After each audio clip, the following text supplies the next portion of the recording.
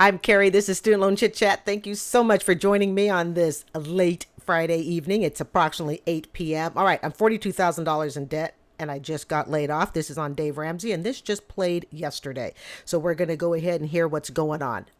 Also, there will be an after chat. Yay. All right. For those who are not familiar with after chat, it's basically where for those who want to, kick around, extra discussion related to anything. When I say anything, it can be related to anything. All right. Feel free to stick around. For those of you who just want to watch the main video, you can certainly do that too. Okay. But I'd love you to stick around the after chat, if you have extra time to kill or you think it might give you some helpful information. And today's after chat, deals with small business insurance and why I think you should have it. And considering all the people that are trying to find extra income. And no, as you know, I'm not sponsored because this is a fully non-monetized channel. So there's no profit in it for me whatsoever. So this particular after chat, I'm just going to share with you why I think you should have small business insurance if you're thinking of going into, a little side gig for yourself. Yes, even the side gigs, like I want to drive for Uber or something like that. Okay. Why I think you should have it, and a company that I think is really awesome. Okay. And of course, if you just want to skip to it, if I remember, I try to remember to put it just right at the beginning of the video so you can just skip the main course. But hopefully you'll stick around for both. But either way, I hope it helps you out. All right. So let's go ahead and take a look at this. I'm so glad you're here with me this Friday evening. School gears up on Monday. So these late night chats will be ending when school is on. But I guarantee, okay, I will get at least 3, maybe 4 uploads a week. But I did have to kind of look at my schedule. We got to get myself back to my regular sleeping schedule and stuff, okay? But don't worry, I'll be around, all right? And I'm not going to disappear for weeks at a time, I promise, okay? I won't do that to you guys, all right? But it's going to turn to predominantly on the weekends and maybe once or twice, possibly during the weekday, okay? So figure about 3 to 4 uploads. But hey, when summer's around, we're all good. Okay. All right. Here we go. Let's hit it. Brought to you by the EveryDollar app. Start budgeting for free today. Hey, Colin. Welcome Hi, to the show. Colin. Hi, Colin. Thank you. I'm trying to figure out what I need to do. I am 21 years old. I am $42,000 in debt, and I just got laid off 2 weeks ago. Happy New Year, anyone. Happy New Year. And of course, you can see this in the description box, uninterrupted. 21 years old with $42,000 in debt. Now, as you know, I had my first bankruptcy in my 20s. All right. Mine was for 25,000. So I guess if you consider inflation, we're probably at about the same amount. Okay. Mine was just off of stupid, silly credit card spending, not understanding exactly how credit cards work. So it'll be interesting to hear what his debt is in. $42,000 at 21. Might be student loans. And I'm in a bind kind of thing. I am borrowing money from my aunt and uncle, but I don't have any payments until about 3 weeks from now. So he's in debt, and if Ramsey were here, if Dave were here, he'd be saying, well, and actually the whole crew would say it, so you're in debt and you're going to borrow more money to get into more debt. Okay? And I think he said he's borrowing money from his relatives. As we know also, should we borrow money from our relatives? No, we should not, because that just causes family feuds, right? Money from relatives. If I give a relative money, I just give it to them. I give it to them. I'm not going, to say you have to pay me back. It's too stressful. Wow. Okay. What's your living situation? Are you renting? Are you living with family? I am living with my aunt and uncle right now. They're helping me out. But one of the rules is with me living with them, I'm getting my GED. I did drop out of high school. Okay. All right. This, not that being in high school changes anything. Okay. Lots of students with college degrees, right? They're holding on to a lot of debt. So we can't just jump and say, well, because he dropped out of high school, that's why he has all this debt. Lots of people completed high school, completed college are holding on to a lot of debt. So we can't jump and say that's, the cause of his debt is his dropping out of high school. However, I will say that dropping out of high school doesn't help. Okay. It doesn't help with your debt situation. I'd like to know what the debt is. I'm hoping we'll find out. Before I got laid off, I was making a crap load of money for my age. My sister always told me to listen to y'all. she told me to give y'all a call to help me figure it out. That's where most of my debt's coming from, is from cars. Just wasn't spending the money wisely. All right. So now I think we figure out what happened. He went on, dropped out of high school, lived the fun life, and he's learning at a very young age that that doesn't last. And he says he made a crap load of money. I don't know what a crap load of money is because it's all, kind of relative. But I'm assuming that he made more money than probably the average person, even with a high school diploma. Okay. And probably most likely with a college degree. I'm willing to bet. In other words, I'm willing to bet that had he played his cards right, just from what we hear here, had he played his cards right, he could have had a crap load of savings in the bank account. At least he admits it was on cars, and that's pretty common, right? Spend it all on cars. And trust me, he's going to look back at that if he isn't already, okay? Sounds like he is because he made this call. He's to go, man, all that money that I wasted. I think the same thing with my debt. I think, dang, how much money did I waste? How much were you making? I was making from $1,800 to $2,500 a week. Okay. Dang. He was schooling school teachers' incomes, making that a week, 18 to 25. Let's just say he made $2,000 a week. I'm assuming that's going to be gross. Wow. And he's $42,000 in debt. People, we have to remember, we got to remember, we waste so much money comes through our fingertips, but we have no idea where it goes. But yet money is coming through, right? It's coming through all the time. He was schooling a school teacher's income, and he was doing this on a GED. Technically, this guy, I don't know how long he's been making it. Maybe we'll find out just how long he made it, but oh boy. Okay. And what kind of work were you doing? I was an oiler. I worked on the road. I worked in Kansas, New Mexico. I maintained heavy equipment. Makes sense. So And are you trying to get back into that same field, or are you looking to do something else? I'm pretty religious in my life, and I don't necessarily, what I've learned over time is money is not worth it to me, and actually I want to become a firefighter. I've always wanted to be one. Okay. So I want to go to school, and I want to try to work on that. And I know where I'm at in Texas, there's a program that pays for you to become a firefighter, but they only accept like 1,000 people, and it's at the end of September.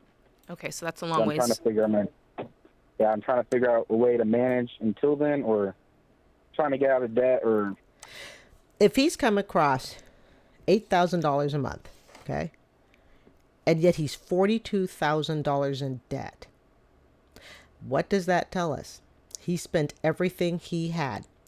And we've said it before, it's not what you make, it's what you keep. He kept nothing. So he spent everything, he kept nothing. And I'm not blaming him, but I'm willing to bet at some point, okay, he was probably looking around what other people were doing, and they were making way less than what he was making. And so he's looking possibly what other people are making and going, you're making pennies on the dollars compared to what I make.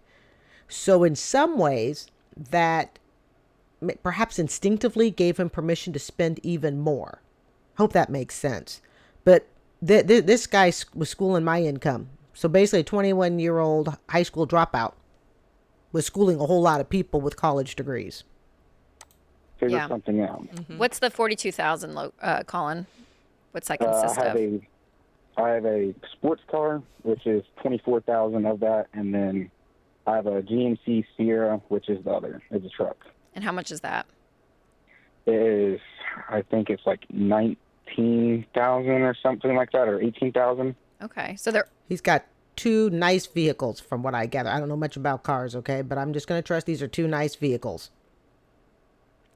All of a sudden, you realize just how unimportant the cars are. I mean, you need a vehicle, yes, okay, you need a vehicle that runs, but you realize that what you're paying for, that flashiness, it just doesn't matter.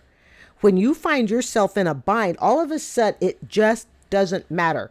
You just want a car that's affordable. it's all cars, literally 2 cars. Yes, ma'am. And then I have 2 other cars also. What? Gee! Oh, Pepsi. Hold on. And doesn't he work with trucks and stuff? You can only drive one car at a time. Okay, 4 cars. All right, what does that mean? He could drive each car for 3 months. Think about that. He could drive each car for 3 months out of the year. Right? Each car, 3 months out of the year. I had an auto repossession. That was bankruptcy number 2. And I will tell you, I may not have done it on 4 cars, but I did it on one vehicle that was the Nissan Maxima. Okay. And the only reason I had to file bankruptcy on that is because the car company refused to, negotiate with me, which I think they actually could have, because I only owed, well, of course, this is, talking 25 years ago. Okay. I owed like $16,000 on it, and they just refused to negotiate. And 10 years earlier, I had a bankruptcy for my credit card. So I was like, you know what? I'm over it, because they weren't going to negotiate. And I had gone through 2 layoffs. Okay. Not my fault for poor performance. It was just company downsized, because one of them was a nonprofit. Wow. 4 cars. He was buying self-esteem. He was buying ego. That's what he was buying. And he thought to himself that he was invincible. Okay, how much are those? I have a Chevy Tahoe. It's paid off. It's about $12,000. I would say it's worth. And then I have a Honda Civic, but it has a blown-up motor right now. Do you see how all of a sudden unimportant this crap is? There is one thing about my little condo behind me here. It's 840 square feet, and I use every inch of it. I mean, every freaking inch of this condo is actually used. All right. I don't have a wasted room. All right. That nobody sits in. It wasn't even converted into an office. Okay. I don't have a wasted closet that just exists. Okay. Everything is used. Okay. I use every part of this 840 square feet. I am willing to bet that when he bought these cars, he didn't buy them just for himself. It was meant to show off. And I'm saying this sensitively, all right? I'm saying it sensitively, all right? But it was, he's a high school dropout, okay? Perhaps watching friends go off and go to college, getting their college debt, all right? But let's put that aside. And part of this was his flex. When they say you're flexing, okay, you're showing how powerful you are, right? And a lot of people flex, but the unfortunate part is they're flexing with debt. Flexing with debt is not a flex.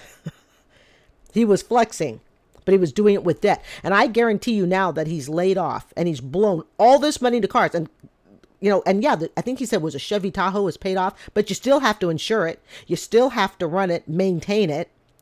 And then the Honda, he said, has a blown motor. I mean, all of a sudden, this stuff, you just look around, you go, this is so unimportant. 1 car is all he needed. That was it. Rest of it, shove it into savings. Which also tells me that he probably, okay, and I'm just going to go with what I believe probably happened. He probably comes from a low-income family. Is what I'm willing to bet. Now, that doesn't always mean that everybody comes from a low-income family if you're a high school, dropout, all right? But I'm just going to go with what I believe statistics would say. He comes from a low-income family. There hasn't been experience in how to handle debt or money. And that happens with upper-income families too. Okay, we don't have any more experience at it, all right? But we're just going to look at his situation, all right? Even though it's by no means the only situation. But it's likely he comes from a low-income family. I can almost bet he's not the first high school dropout either. Okay, I can almost bet. If I were going to bet, $1, I'm going to say there are other high school dropouts in his family, up to and including his parents.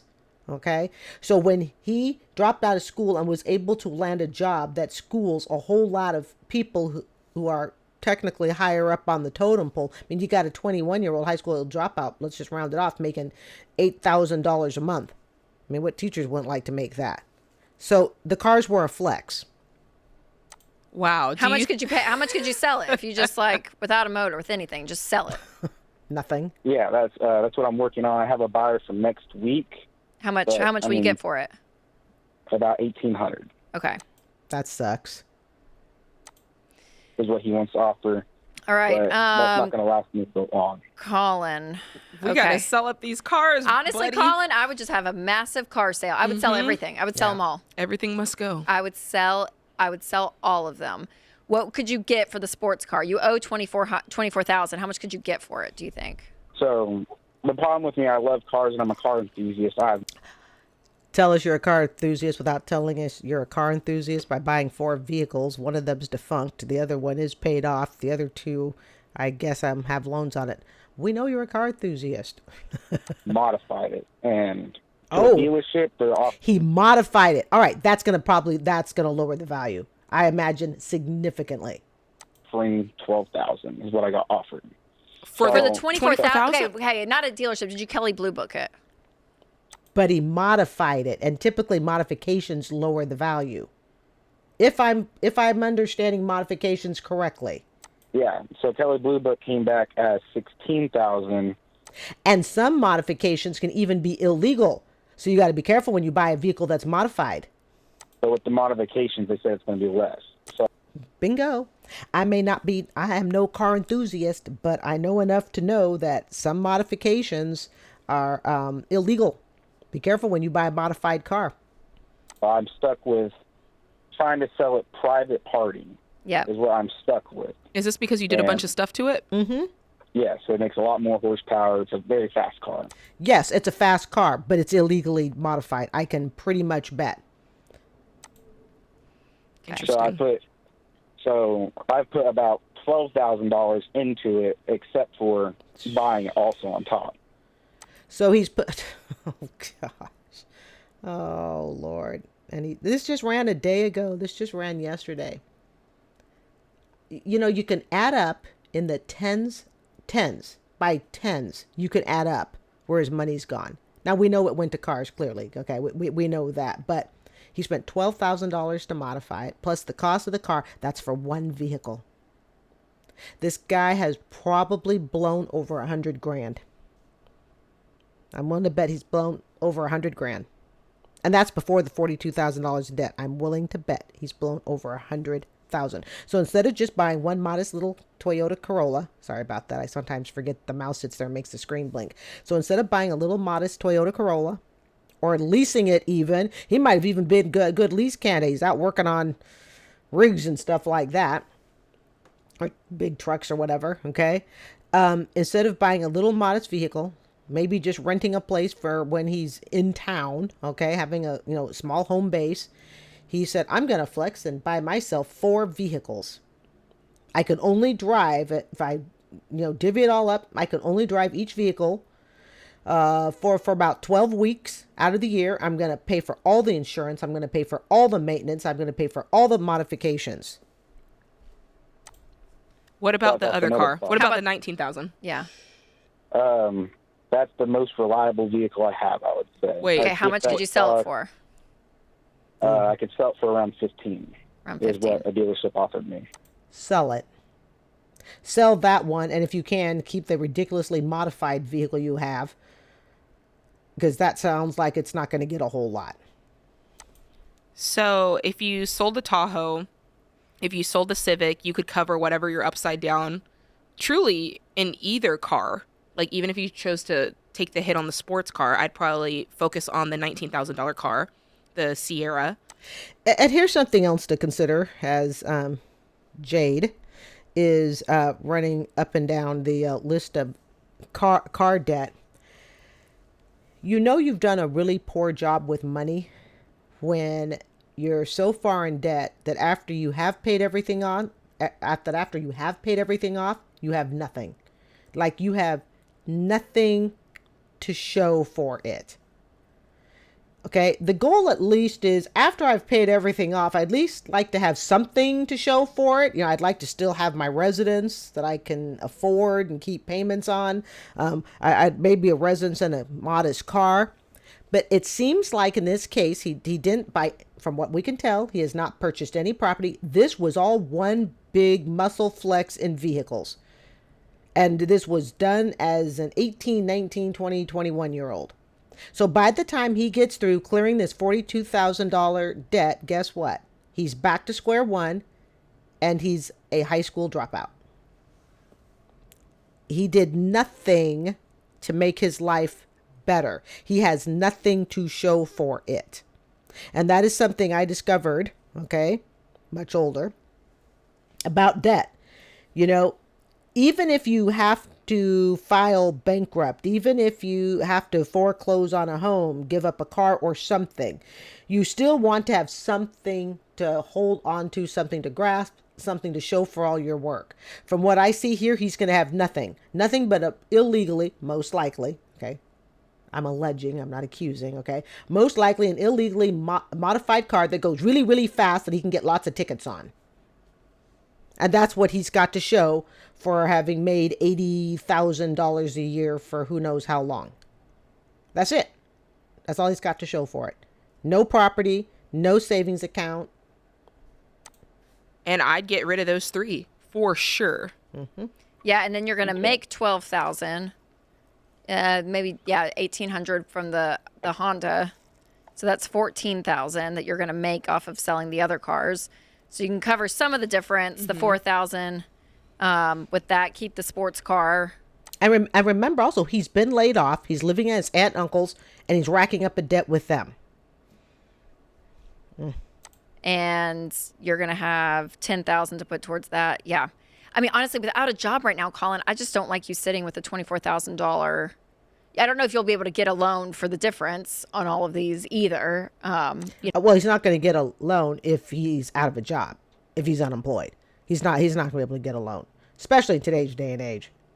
No, because usually we take a loan out for the difference. But if he gets the $12K from the Tahoe, then he honestly could cover the upside down, the $4,000 from the Sierra, and he'd probably be able to cover the other $5,000 from the sports car. Yep. Because what are you paying in payments for the sports car and the Sierra every month combined? I am paying $450 for the Camaro. It's a Camaro. And then for my Sierra, I pay, I think it's like $270. I mean, look at that. That's $700. That's over $700 a month that you're getting back. That's over $700 a month he was spending in cars, and that was just for 2 cars. Plus, it's more than just the cars. It's the insurance. It's the maintenance. This guy was spending his money on cars. Probably cars eating out. I don't know, possibly other things. That would feel... Insurance, I'm paying about $780 a month also for cars being covered. I mean, look $780 for insurance. Holy cow. At least 50% of his take-home pay was towards vehicles. There's no way it could have been less than that. No way. So it's taking home $8,000. I'm going to assume that's gross. We're just going to average it $2,000 a month. Okay. We're already at almost $1,500 for 2 cars and plus the insurance. But we still have 2 more car payments in there as well. So we're about $1,500 for, I think insurance for, I'm assuming it's all 4 cars, was about $800 a month. Plus another $700 for the 2 car payment. 8, 9, 10, 11, 12, 15. Plus you got 2 more car payments. Oh, good Lord.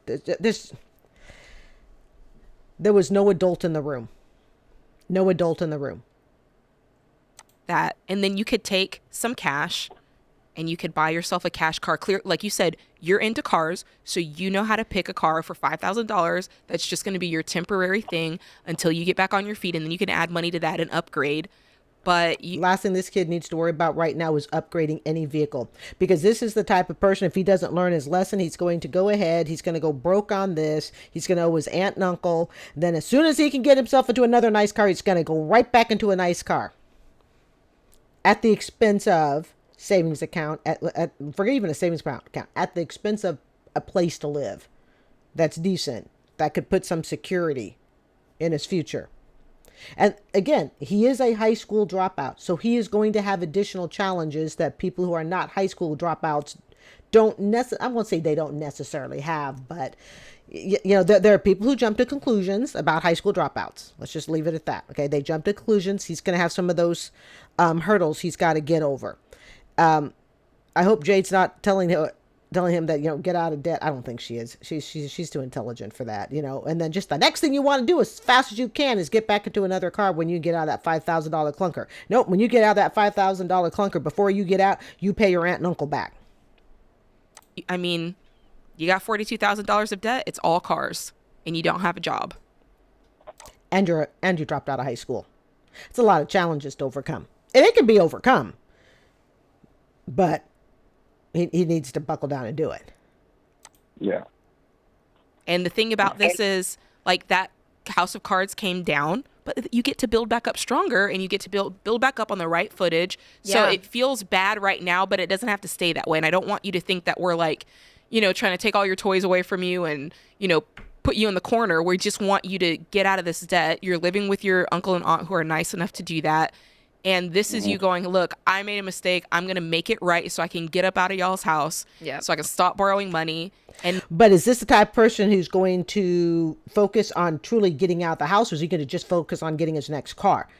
I wish they would spend a little bit of time talking about that and basically tell him, buddy, you don't even need to be worrying about a car until maybe you get into your 30s. When you get into your 30s, after you've secured your living, you've paid off debt owed to family, okay? You've learned some lessons. Then you know what? When you're in your 30s and depending upon your financial situation, then you go ahead and start taking a look at vehicles if your financial situation calls for it. But almost, and we know we like these two gals, okay? Jade and Rachel, okay? They're intelligent. So maybe I'm just taking it a little bit wrong, but I just feel like they're being a little casual, like, oh, well, just do this for a little while, and then you get back to your nice cars again. No, he never needs to do this again. Okay. Until he's making just a crap load of money and he's got a residence and that's paid off, or, close to paid off, and he's got all the other obligations met, then maybe in his mid to late 30s, he can start a car hobby. I just don't think for him, this young person here with obviously no adult in the room, he doesn't even need to be looking at a car hobby. And I think that's what's frustrating me a little bit, is I feel like that's what they need to stress for him. Okay. It could be a very long time before he owns 4 cars again, if ever. Next time, because there is going to be a next time where you make great money and you're going to treat it the right way, and you're going to buy things in cash, and you're not going to go into debt, because you will have then known how it feels for that to cave in on you, and you're never going to do that again. Yeah, because Colin, you said earlier in the call that I think you said something like, I'm a religious person, so money's not everything to me anymore. You may be religious, but money may not be everything, but cars sure are, and you sunk yourself for them. No, and that's true. But money is something when you don't have it all and you got 2 car payments. So like there is a level of having money in its right position. And I think that's what you were saying, which is very noble, that yes, money is not everything, but you do have to have it as a tool in life. So you have to learn to manage it, right? So you're either going to choose to manage it well and wise so that it doesn't become an idol in your life, or if it's the thing that you're stressed over and over and over and over and over every single month, living month to month, and you're stressed, it's going to become an idol. So as spiritual as we want to make it for it not to be, you actually can choose for it not to be an idol, to have control over it. And I think that's one of the best things that you can do, Colin. And I think that this is a wake-up call. I think there was a part of you that we all have, this like little inner child that kind of... All right, guys, I'm going to go ahead. I'm going to shut it off here, as I think we have the main point of this call. I'm going to expand the screen. All right, that is the end of the main course. For those of you who made it all the way through, I really appreciate you sticking around with me. For those who would like to continue on, we are going to start the after chat. Yay! All right, so this is really about business insurance. And you may say and go, why would I choose to discuss that? Well, first of all, let's remember, after chat can be discussion of anything, but I do try, to kind of focus it on money issues, although I can't guarantee it always will be. Maybe it's just something totally fun I want to focus on. Okay. But for the most part, I try to relate it to finance or money or whatnot. Okay. And the reason I chose to do this on business insurance is, and first of all, for those that are leaving, bye. I hope you have a wonderful Friday evening. Okay. For those who are sticking around, welcome. All right. So here's the situation. I own a small cake business, Simple Cakes by Design. And when I say tiny, it is very tiny. It just started in August 2023. All right. And it only operates in Tampa, Florida. That's pretty much. So if you don't live here, I'm sorry, I don't ship. Okay. But the purpose of this after chat is to combine my experience with small business. And when I was married, we had a small business and we had to carry business insurance and all of that. And so it's really to combine my experience as a claims adjuster in property casualty, not casualty, that's injuries, but in property insurance and stuff. I was an auto, homeowner, condo claims adjuster, so I dealt with liability there. It's to combine that information along with my information about my own business, okay? And really try to convince some of you out there, and again, I'm not monetized, I'm not paid for this, it has nothing to do with that, all right? But to convince some of you to really think twice about going without what is called general liability insurance. All right. So let's go ahead and get started on this. It is 2024 and we know how tight, all right, things are financially. And a lot of people are looking to side gigs. They're looking to, can I, do rover, dog walking. And by the way, if you ever do rover, dog walking, okay, in other words, you use the rover service. I think it's ROVER if I'm correct, right? Rover. All right. If you use the rover service, you need to realize that they are not required to carry insurance. So you need to actually ask the person that's walking your dog, do you carry insurance? Because if something were to happen to your dog under the care of a rover person, or and God help them, whether it was intentional or unintentional, something happens to your pooch, something happens to your property, they left the door unlocked accidentally, rover gets out, they left the door unlocked, the burglars came in, whatever. In other words, the person that you're dealing with on rover, it may be worth asking them if they have liability insurance. Okay, so it's called general liability. Now, here's the situation. As a lot of people are trying to look at side gigs, all right, they're too trusting of a couple of things. One thing that they're too trusting of is, let's say you buy insurance with the company you're doing your side gig with, all right? That could be Uber, Lyft, DoorDash, Grubhub, Rover, if they offer insurance. Okay. And oftentimes you'll pay maybe a small extra fee to go under that company's insurance policy. All right. There's a term that every person in business really ought to understand, in my opinion, and that's called piercing the corporate veil. Well, what is piercing the corporate veil? Well, if you think of a veil, right, that goes over your face, and I know we have people in different parts of the world, so I never assume that everybody knows, what American terminology is, but a veil, like a wedding veil, it goes over your face when you're getting married or at funerals, whatnot, all right? And of course, the corporation is just that. It's the corporation. So let's say you operate under an LLC, like I do, okay? Limited Liability Corporation. So whether I'm an LLC and I'm trying to protect myself that way, separating my business assets from my private assets, all right? Or whether you work for Grubhub or DoorDash or whatever, Lyft, whatever, okay? And you buy insurance under them, okay? There's a false sense of security. Right. And keep in mind, I worked in insurance for 7 years. Okay. And for 4 of it, I was a hands-on claims adjuster. All right. It's where I looked at liability. Too many people assume that an LLC, a limited liability corporation, okay, or buying your insurance under, the side gig company you work for. Too many people assume that is going to cover them in the case of liability. Now, I think of liabilities like I think of the word accident. It's a liability because it's exposure. Okay, you didn't intend for the exposure to happen any more than you intended for the vehicle accident to happen. Otherwise, as I used to tell people over the phone when I was a claims adjuster, I'd say we wouldn't call it an accident. We would call it a planned and successful event. You hit each other, right? Okay, so there's a reason it's called an accident. There's a reason it's called liability, okay? Both situations are typically not planned, at least not if you're going to be legal about it. Okay, accidents should never be planned, and suing a company, getting sued, whatever, should never be a planned thing. That is not something that we intentionally set out to do. Okay, as a small business owner, I don't intentionally set out to give someone an allergy if they should eat a cake. As a Lyft driver, I don't think you intentionally set out to rear end somebody. Okay.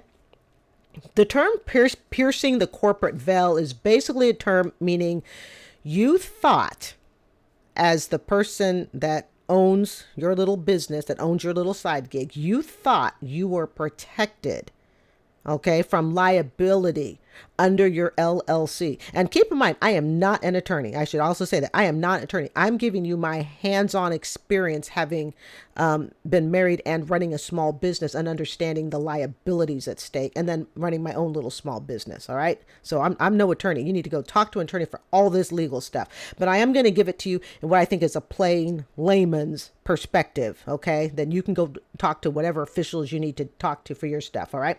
But a lot of people, especially those with side gigs, because those of us with side gigs, we look at it just like that. Hey, we're just trying to earn an extra $500, an extra $1,000 a month, whatever. Okay.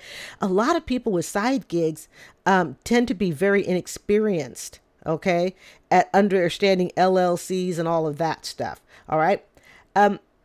When we talk about piercing the corporate veil, it means you thought you were protected because you had an LLC or you had insurance covered through Grubhub. Okay. But it turns out you weren't as protected as you thought. Somebody came through, took a needle and poked through that protection. That's the term, piercing the corporate veil. And all of a sudden you realized, oh, damn, they can actually sue me personally.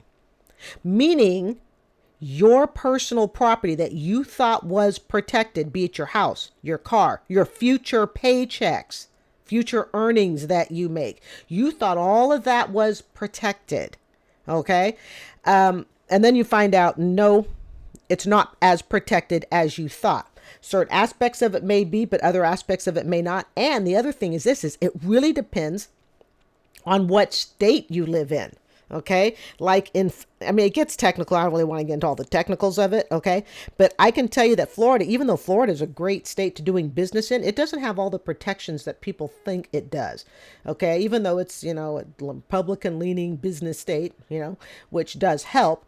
I was surprised to find out there are certain protections it does not have. So as you're doing your little side gig and you think you're safe because you've bought insurance through Uber, all right, an incident happens and you all of a sudden realize somebody came along and you may have insurance through your side gig company, but you may either not have enough, or what you do have, I guess again would qualify under not enough. You don't actually have the protection you thought. Someone was able to come through, pierce that corporate veil, and now you find yourself in need of an attorney to go to court to defend yourself. Because what happens if you don't go to court and defend yourself? The judgment goes typically against the person that sued you. Now then, let's talk about how to fund general liability insurance so it's really inexpensive for you. Okay. Thanks for that little pause there. Okay. As you know, After Chat is super casual. All right. There's nothing formal about After Chat. Okay. That's why it's called After Chat. Okay. So this is the company. It's called nextinsurance.com. They are an A-rated company. They've been in business, I think, since like 2016. So it's not, it's not a old company, but it has a solid rating. A gal pal of mine, like I said, her family has a very, very successful business. Okay. I won't give figures or anything like that, but very successful. And she's used this company. What I like about Next, all right, is they are literally tailored for small business, like startups, people who may not have a whole lot of employees. Like in my case, I have no employees. It's just me. Okay. I don't need a big fancy, I don't need slip and falls and all of that. Cause I work under the Florida cottage law right out of my place. So there are certain needs I just don't need. What I need in my case is I need food coverage, consumption liability. Okay. You were to have an allergic reaction, whatever. Okay. Of course, when that sort of thing happens, if you as the owner that represents the business, all right, in part or in full, meaning you're part owner or you own the business in full, you are responsible for all legal coverage for your business. And a lot of people don't think about that. Okay. When you're in an auto accident with a car, do you typically have to get an attorney? No. Why? Because you have insurance. right? At least you're supposed to. And where's your attorney built in? Your attorney is built in your insurance. And a lot of people don't think about that. Okay. Yeah. You have car coverage, but the legal aspect is all built into your insurance. And so when I was an insurance adjuster, our clients didn't need to have attorneys because we have an in-house attorney. Okay. The same thing with a business. And if you leave yourself exposed business liability wise, regardless of whether the claim regardless of whether the lawsuit, the charges against you are with or without merit, meaning they are justified or they are not justified, either way, you have to represent yourself. Without basic, what they typically call general liability, okay, without basic general liability coverage, you're kind of up that creek without a paddle. You have to provide your own counsel. And this is something a lot of people don't think about. And a lot of people, believe it or not, when I worked in insurance, they weren't aware that attorneys actually handle accident cases. It goes, before claims are made, especially depending upon the type of claim and all that, it goes through the legal department. Now, does every claim go through a legal department? No, not necessarily. Some are real cut and dry. Your policy's there. It's good. We're ready to go. Some policies, however, can be challenged by the other party. Okay, this is when the in-house legal system kicks in. Well, if you don't have general liability insurance, guess what? You get to provide your own defense. Now, you get to go and retain an attorney, pay that attorney by the hour, and win, lose, or draw, you're stuck with that legal bill and you're stuck representing yourself or you're stuck representing yourself. So here is my suggestion as people are going out in 2024. All right. And they're all trying to make, a lot of people are trying to make a little side hustle gig. Guys, I cannot beg you enough. Get general liability. My recommendation is Next. And again, as you know, this channel is not monetized and it never will be. Because if it ever became monetized with ads, I would have to literally, as I've said before, I would have to end the channel. Because I use other people's content that actually drives this channel because I do reactions. So anything I discussed on here will never be from money of any sort. Okay, I'm just putting my personal experience, as you know, and I like to share it. Okay, Next, NEXT. It's an A-rated insurance company.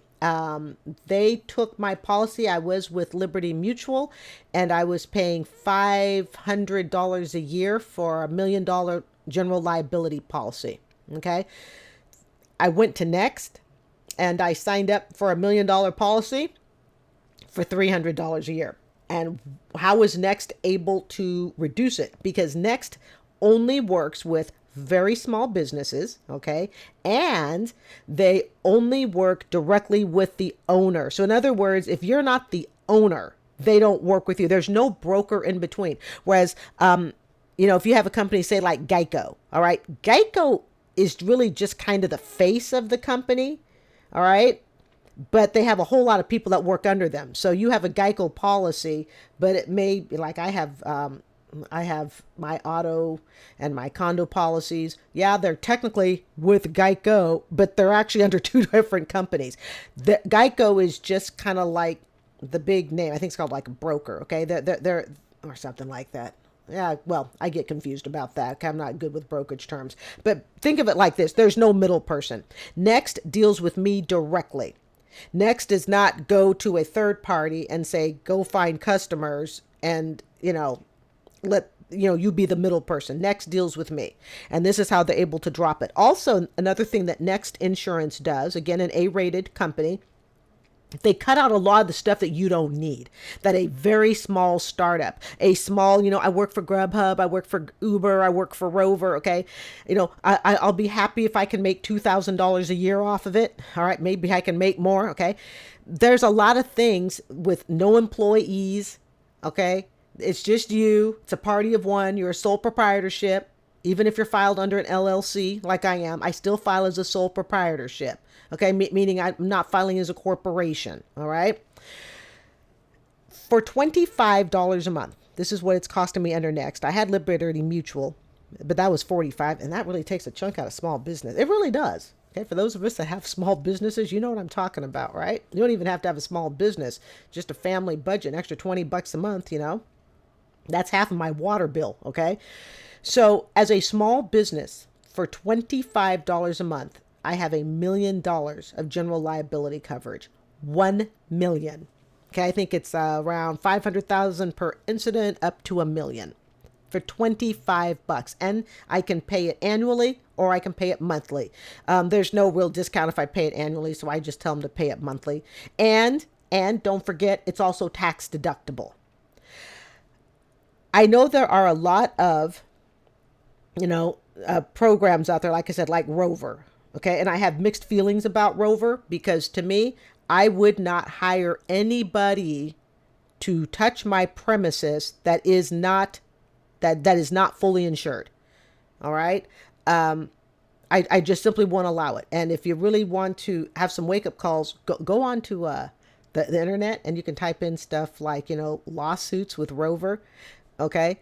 And owners find out, oh my God, you know what? The person that was walking my dog had no insurance. If you are the owner of the company, all right, 25 to maybe 30, $35 a month, you're securing an attorney. That's really the way I look at it. I am securing an attorney. I'm going to make sure that even if someone pierces the corporate veil and can get past my LLC, my LLC is the first stop from me losing my condo in a lawsuit, a paid off condo. The LLC is the first stop, but somebody could technically, because I'm no legal expert. Okay. You need to get your own legal advice. Don't follow my legal advice. Okay. I'm just giving you information. You need to take that information and get your own legal advice because I'm no attorney. And even if I were an attorney, I'm not your attorney. Okay. And so that's the first stop for my protection is the LLC. But somebody could, all right, pierce that corporate veil. And now it goes to me directly and personally. And even if they should not have been able to pierce the corporate veil, but they tried to pierce the corporate veil and go past my LLC, now I'm still stuck defending myself. So then I have to ask myself, how much money do I have to spend on retaining an attorney, defending myself in a lawsuit? Not a whole lot, unless I want to lose my entire condo just to do that. And what could even be a frivolous lawsuit? I would much rather carry a $500,000, $1 million policy. So as people go out to, make their little extra bucks, all right, I truly would tell you for 25, 30, $35 a month, I would go to a company like Next. You really don't need, and again, every individual situation is different. I have no employees, all right. I work out of my place, If they tried to, sue me, well, they're going to get basically nothing under my LLC. You get some very nice complimentary bunt pans from Nordic Ware, okay? That's about what you're going to get, and a really nice KitchenAid mixer. 5-bowl, but I'm working up to the 8-quart bowl. All right. But that's not where they're going to go if they realize there's no money there. Where are they going to go next? They're going to go after your personal pockets, including future paychecks, including, your property. This is where the liability insurance comes in. Okay. And I'm not a big fan of over-insuring yourself. And I'm not a big fan of using insurance to scare anybody. But I think one area people should be slightly afraid, okay, just ever so slight, is you enter people's houses, you walk people's dogs, you serve people food, okay? Any sort of that contact, you really ought to cover yourself. Okay, they're called, and this is why, like I said earlier, they're called accidents for a reason. It wasn't intentional. You walk someone's dog, that dog has a heart attack, drops dead on you. I mean that in a sensitive way, okay? I think you get what I'm saying, okay? Drops, lifeless on you, and the owner says it's your fault, you did it. Never mind that there's no actual proof that you did anything wrong. The owner's in grief, the owner blames you, the owner sues you. What are you going to do about that? Yet $25, $30 a month from an insurance company like Next can back you up. Never rely on your LLC. Never rely on just the insurance that Grubhub gives you or any other little side gig gives you. Because I guarantee it to you, it's going to have the lowest policy limits. And I'll tell you this, if you don't even know what the policy limits are on it, that's your first step of you're exposed. Okay. Never rely on just that. That can be the first line of insurance. But you want the second line of defense, and that is to insure yourself and your business needs, okay, under a general liability policy. And like I said, I am not a fan of overinsuring, okay? Months ago, I told you I do not carry short-term disability. I think short-term disability is one of the biggest wastes of money in the whole entire world of insurance. I used to work at a short-term disability office. I told you I've had 7 years in insurance. Okay. And even the manager there told me short-term disability, if you're not pregnant, okay, if you're not a woman who has the ability to get pregnant and you're going to take a few months off of work, short-term disability for the most part is a waste for people, for the most part. And there are issues with short-term disability. I don't want to get into all that, but basically think of short-term disability as having a savings account that you can't tap into unless somebody else approves it. Well, why the hell do I want to give you possibly $20,000 over a 15-year career, and then when I need the money, I have to go ask you if I can borrow it? Okay, not borrow, but if I can tap into it. And if you tell me, yes, I can tap into it, and I do tap into it, and then later on down the road, you say, you know what?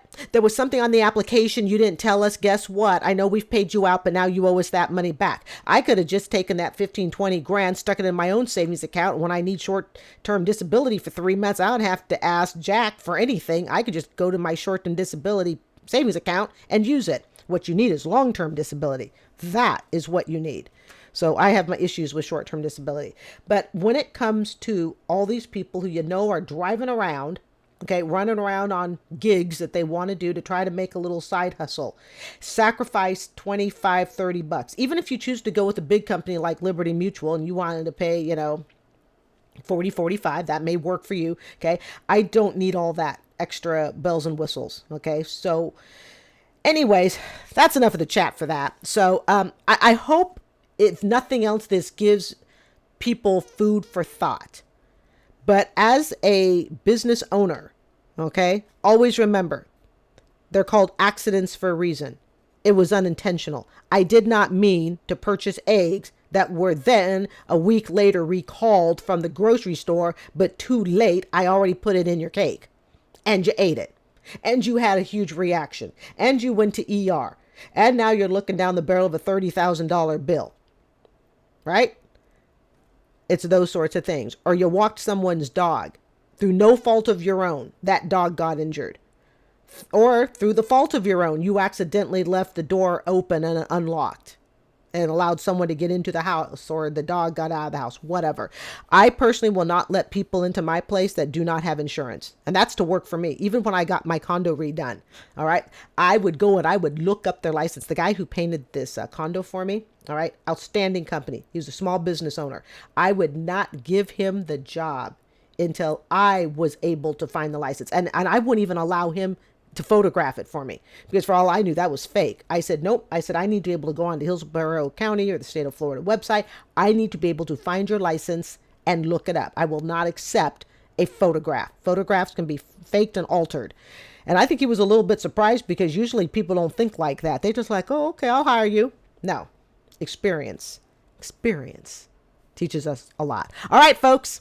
I'm Carrie. This is Student Loan Chit-Chat. I would like to thank you for joining me for the after chat. I hope you found it fun, informative, and people, you guys have yourself an awesome Friday night. I will be here Saturday and Sunday. I should be with uploads. All right. School starts back up on Monday, but I will keep it to about 3 to 4 uploads a week.